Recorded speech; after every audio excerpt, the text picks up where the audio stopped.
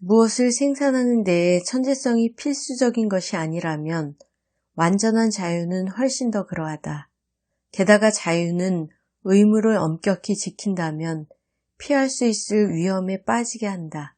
좁은 뚝 사이에 갇힌 냇물은 맹렬히 흘러갈 것이다. 가령 직업의 규율은 훌륭한 학교 같은 것이다. 여가 시간에 공부하면서 규율을 따른다면 열매를 맺을 것이다. 우리는 속박이 있을 때 더욱 집중하고 시간의 가치를 배울 것이다. 우리는 생계를 꾸려가기 위해 불가피하게 해야만 하는 노동을 끝낸 뒤 이상에 집중하고 스스로 선택한 활동을 편안한 마음으로 즐길 수 있는 귀중한 시간에 인식이 될 만한 것을 갈망할 것이다.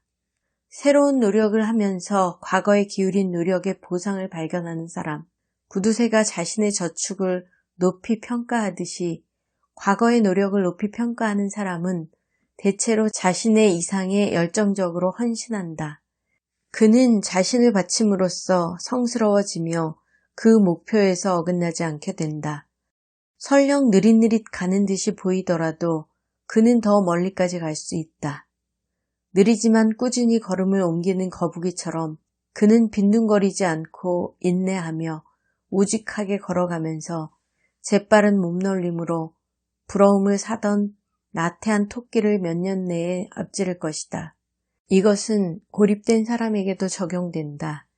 지적 자원도 없고 자극 주는 사회와도 동떨어진 채 작은 총구석에 묻혀서 썩어가는 처지를 한탄하고 훌륭한 도서관과 탁월한 강의, 열광적으로 반응하는 대중과 격리되어 의지할 것이라곤 자기 자신밖에 없는 사람이라 할지라도 그렇다. 그렇더라도 용기를 잃어서는 안 된다. 모든 것이 불리할지라도 자신을 지킨다는 것에 만족하라. 대도시에 살면서 기회를 남용하는 머리가 꽉 찬 사람보다는 가슴에 열정을 품은 사람이 무언가를 성취할 가능성이 더 크다. 이 경우에도 힘은 역경에서 솟아난다. 가파른 산을 지날 때 정신을 집중하고 긴장하는 법이다. 평탄한 길을 걸으면 마음이 풀어지고 무절제하게 늘어져 있으면 머지않아 파멸로 치닫는다. 가장 소중한 것은 의지, 깊게 뿌리박은 의지다. 누군가가 되고 무언가를 성취하겠다는 의지다.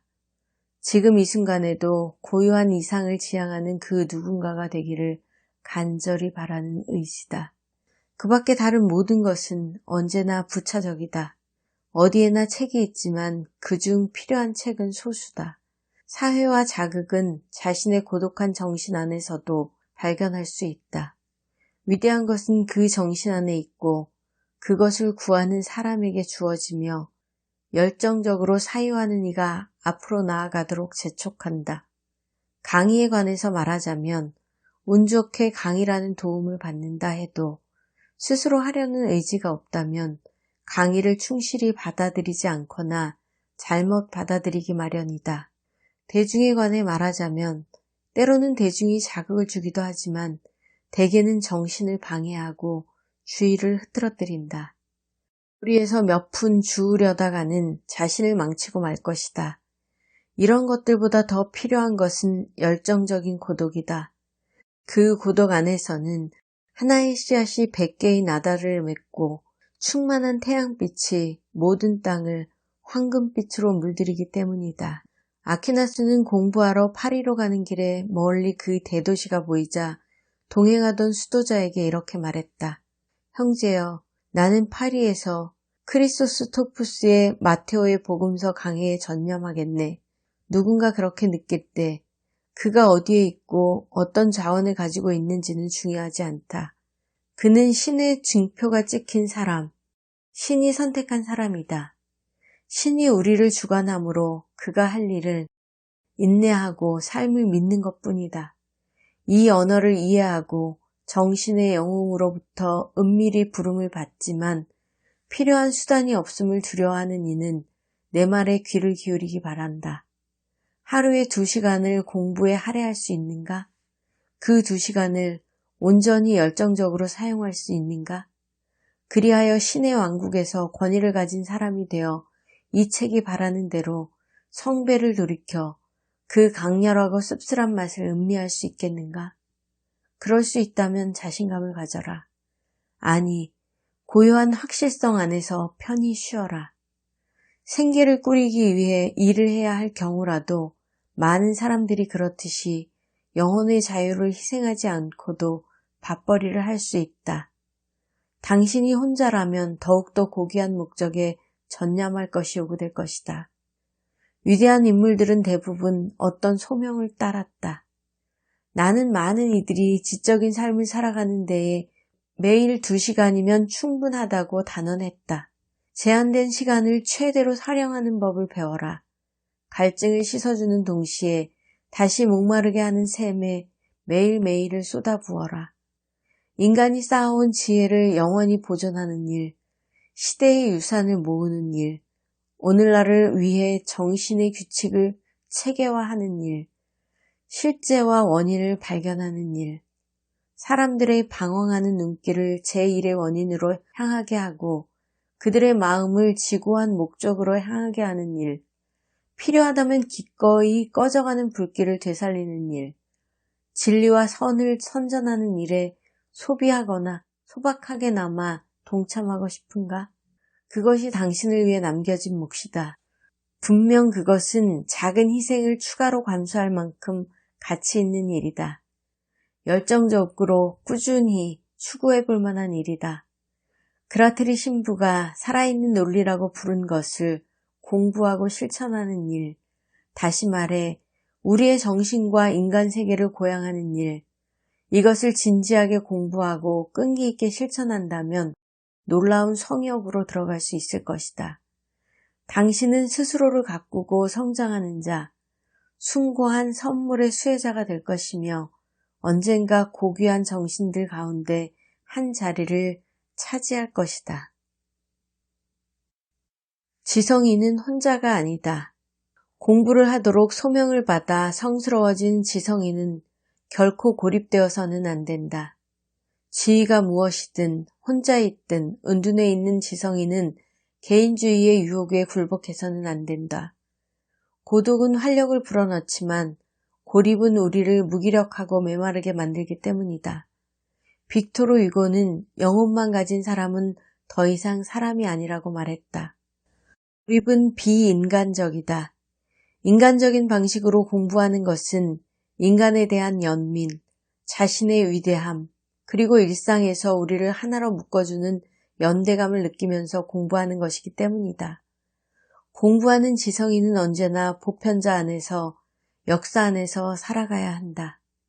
그의 실생활은 박애를 계율로 삼는 공동생활, 어마어마하게 큰 가족생활이다. 공부가 예술을 위한 예술이나 추상에 대한 이해에 그치는 것이 아니라 삶의 활동이라면 이 정신의 단일성이라는 계율에 복종해야 한다. 진정한 지성인은 빈자들이 정처 없이 돌아다니며 고통을 받는 이 지구의 이미지를 언제나 눈앞에 떠올릴 것이다. 그가 가진 빛이 그에게 성직을 부여한다. 그가 어디려 애쓰는 빛은 그가 그 빛을 나눌 것이라는 암묵적 약속을 가정한다. 가장 추상적이고 고매한 것이야말로 가장 실제적이다. 모든 진리는 생명, 계시, 인간의 최후에 이르는 길이다. 그러므로 공부는 언제나 어떤 실용성을 염두에 둔다. 인류가 당신에게 알 수 있는 특정한 집단의 특정한 개인들을 골라서 그들을 어둠에서 빼내고 고귀하게 만들어줄 만한 것을 찾아라. 신성한 진리는 오직 구원의 진리뿐이다. 다른 모든 것과 더불어 그 진리 역시 공부에서 찾을 수 있다. 지성인은 자신의 시대에 속한다. 신에게는 모든 시대가 똑같고 시간의 원주 위의 점들은 그 중심에 놓인 신의 영원성에서 모두 같은 거리만큼 떨어져 있을지라도 그 시대들과 시간의 원주 위에 거주하는 우리가 모두 같은 것은 아니다. 우리는 거대한 바퀴 위의 한 점인 바로 여기에 있다. 우리가 여기에 있는 이유는 신이 우리를 여기에 놓았기 때문이다.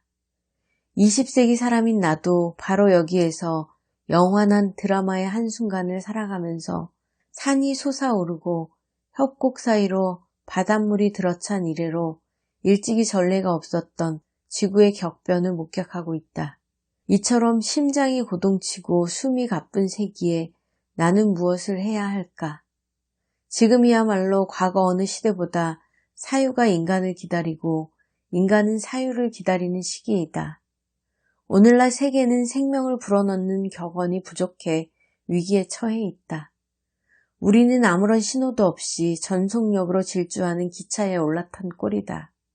지구는 목적지를 모른 채 가고 있고 계율은 효력을 상실했다.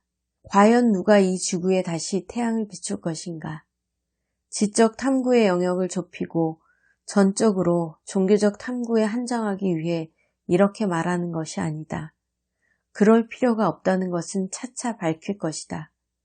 나는 앞에서 모든 진리는 실제적이고 모든 진리에는 구현하는 힘이 있다고 말했다. 그러나 나는 지금 어떤 정신을 가리키고 있으며 이 정신은 보편적이면서도 오늘날의 상황에 특히 적합하다는 이유 때문에 단순한 상태있음을 배제한다. 이 정신은 특정한 고고학적 성향, 즉 현재의 고통에서 눈을 돌리게 하는 향수와 신의 보편적 현존을 인식하지 못하는 듯한 과거 숭배를 배제한다. 모든 시대가 서로 같은 것은 아니지만 모든 시대는 종교의 시대이며 우리에게는 다른 모든 시대를 넘어서는 시대, 바로 우리가 살아가는 시대가 있다. 이 관점에서 보면 중요한 것은 우리에게 주어진 자원, 오늘과 내일, 우리가 맞이하는 영광, 그리고 이 영광에 부합하기 위해 우리가 기울여야 하는 노력이다. 과거를 위한 장례식에서 시신을 운구하는 사람처럼 굴지는 말자. 오히려 죽은 이들의 좋은 점을 활용하자. 진리는 언제나 새롭다. 반짝이는 이슬을 머금은 이른 아침의 잔디처럼 오래된 덕목은 모두 새롭게 싹트기를 기다리고 있다. 신은 나이를 먹지 않는다. 우리는 신이 사라진 세계의 연대기가 아니라 지상의 영원한 얼굴로 일신할 수 있도록 도와야 한다. 그런 것이 지성인의 정신이자 소명이다. 어떤 종류의 공부가 자신에게 적합한지 발견하여 이러한 일반적인 관념을 정확히 인식하는 일은 빠를수록 좋다. 이제 신이 지성인에게 요구하는 덕목에 귀를 기울이자.